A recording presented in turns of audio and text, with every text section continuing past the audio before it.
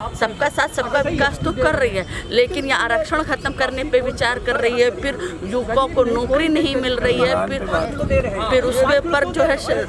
अब एक बात बताइए कि आज के युवा लोगों को क्या चाहिए? बेरोजगारी से छुटकारा तो चाहिए। 10 साल में इतना काम हो गया, उसके बावजूद वो नहीं देखते। आप लोगों ने पट्टी बांध रखी है, कमाल है। आप लखनऊ के बाहर जाइए, जितने भी खेती लोग हैं उनकी खेती बेच कर मकान बनवा दे रहे हैं, फ्लैट खरीद ले रहे हैं, कार खरीद, वो सब भौकाल में घूम रहे। वो जो दलाल है सब भाई, वो जो इसकी दलाली करते हैं वो है। वो कोई किसान थोड़ी है। किसानों के पास ऑडी और ये सब बड़ी गाड़ी होती है, एयर कंडीशन गाड़ी से आ रहे हैं, सब पूरे टेंट लगा रहे हैं कंडीशन में। गेहूँ पहले हम इम्पोर्ट करते थे, अब एक्सपोर्ट कर रहे हैं। रोज तो साले ब्लास्ट होते थे देश के अंदर।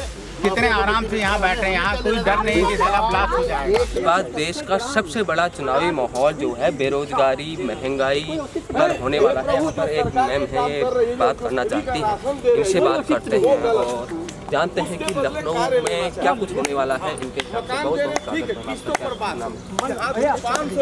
चौधरी मैम, तो ये बताइए लखनऊ में क्या कुछ होने वाला है, कितनी मजबूत है बीजेपी या कोई दूसरा आने वाला है? नहीं है तो बीजेपी मजबूत, दूसरा तो कोई नहीं आने वाला है। और आएगा टक्कर तो दे ही रही है, लेकिन जो कुछ मुद्दे हैं उस पर काम नहीं है।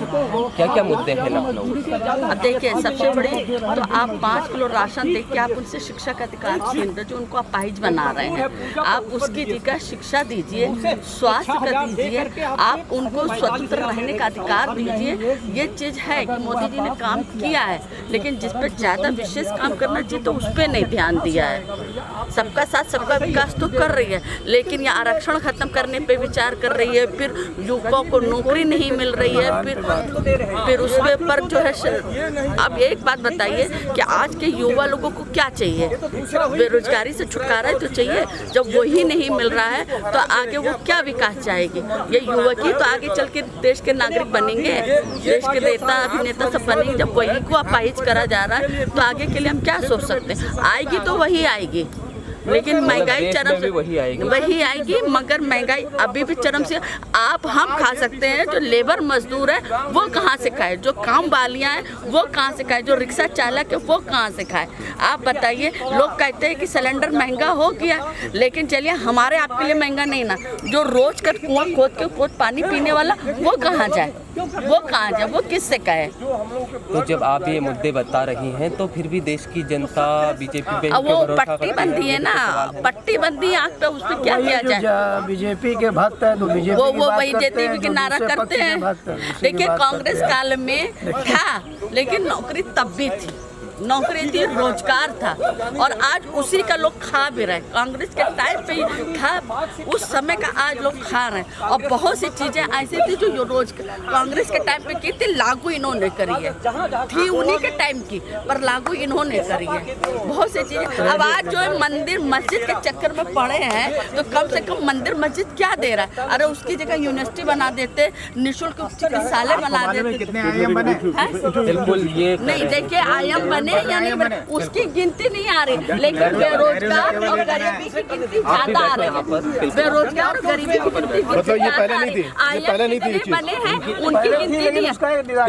कोई भी आ जाए, इससे बेटर पोजीशन।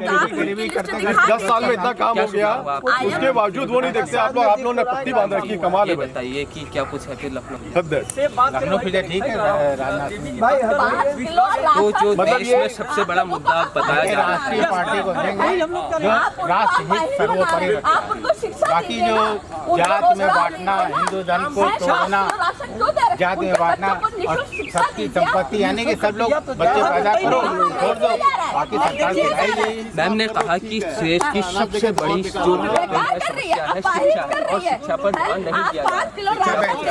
शिक्षा कितने आईटी पहले, कितने आईटी कितने आईएम और अब कितने हो गए? कितने आईएम?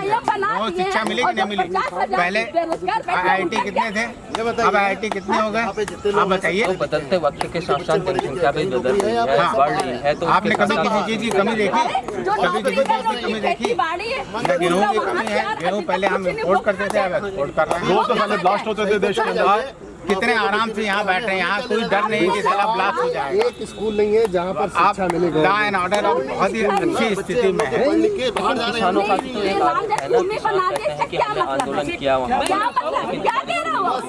वो किसान है ही नहीं। वो किसान है ही नहीं। के अंदर ये चाहिए बस। वो सब बड़ी बड़ी गाड़ियों में और नए ट्रैक्टर में चले आ रहे हैं। वो किसान का है। वो तो सब दलाल है, वो तो दलाल है सब भाई।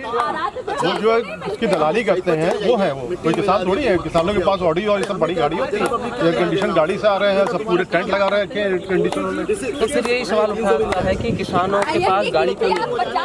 बिल्कुल हो सकती है, बिल्कुल हो सकती है। तो जब आप लोग किस लिए रहे हैं? जब आपके पास गाड़ी है, सारी सुविधा है, एयर कंडीशन टेंट है, तो आप किसके लिए रो रहे हैं? किसके लिए रो रहे हैं? मैं एक बात कहूँगा, सारी बात कर रहे थे किसानों का। आप देखिए लखनऊ के एरिया में ज़्यादातर पूर्वांचल साइड का आदमी बना है। आप लखनऊ के बाहर जाइए, जितने भी खेती लोग हैं उनकी खेती बेच बेच कर मकान बनवा दे रहे हैं, फ्लैट खरीद ले रहे हैं, कार खरीद, वो सब भौकाल में घूम रहे हैं। कहने का मतलब है कि कोई कंट्रोलिंग तो है नहीं यहाँ पे। माफिया भी राज भी जो राज कर रहा है। आप देखिए, हम लोग न्यूज़ में देख रहे थे कितना सारी जो है पैसे की इस समय रेट पड़ी, कितना पैसा निकला। वो आदमी किसी भी पार्टी का हो है तो राजनीतिक, कहने का मतलब सब एक ही चट्टे बट्टे